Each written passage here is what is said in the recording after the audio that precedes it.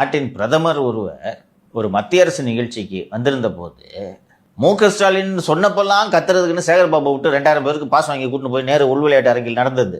2 வருஷம் இருக்கும் அந்த சம்பவம் நடந்து. நீங்கள் பண்ணல, இப்போ வாங்கி பண்ண மாட்டீங்களா? ஸோ இப்படி இது பேடிஎம் காரவனு கத்திருக்காங்க, ரைட்டா? கத்துட்டோன்னா அது கடந்து போயிருந்தேன்னா அவங்களும் கத்திட்டு விட்டுருப்பாங்க. அந்த கட்சியினரே அமைதிப்படுத்தி இருப்பார்கள். ஃபர்ஸ்ட் ரவுண்டு முடிஞ்சோடனே செகண்ட் ரவுண்டில் திருப்பி ஏதோ கத்திருக்காங்க. கத்துனவுடனே ஒரு செந்தில் இறங்கி வெளில போயிட்டார், நிகழ்ச்சியை புறக்கணிச்சிட்டு. வெளியில் போன உடனே நான் புறக்கணிக்கிற நிகழ்ச்சியை போங்கடா அப்படின்ட்டு போய்ட்டு போயிருக்கிறான். வெளியில் போயிட்டு சேகர்பாபுக்கு ஃபோன் அடிக்கிறேன். அவரா சார் போலீஸு? கேளு, 150 பேர் வந்துட்டாங்க.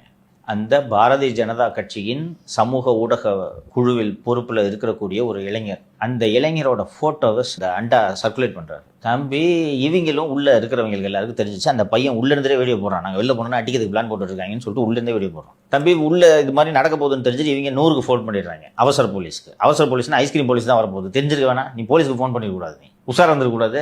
வந்துட்டு சேகர்பாபு அனுப்புன இந்த 150 பேருக்கு பாதுகாப்பாக நிற்கிறாங்க போலீஸ். காவல்துறையினர் இருக்கும்போதே தாக்குதல் நடந்திருக்கிறது. பாரதிய ஜனதா இளைஞரணியின் செயலாளராக இருக்கக்கூடிய திரு சூர்யாவும் தாக்கப்பட்டிருக்கு. தமிழ்நாட்டில் சட்டம் ஒழுங்கு எப்படி இருக்கிறது என்பதை நாட்டு மக்கள் புரிந்து கொள்ள வேண்டும். ஒரு விவாத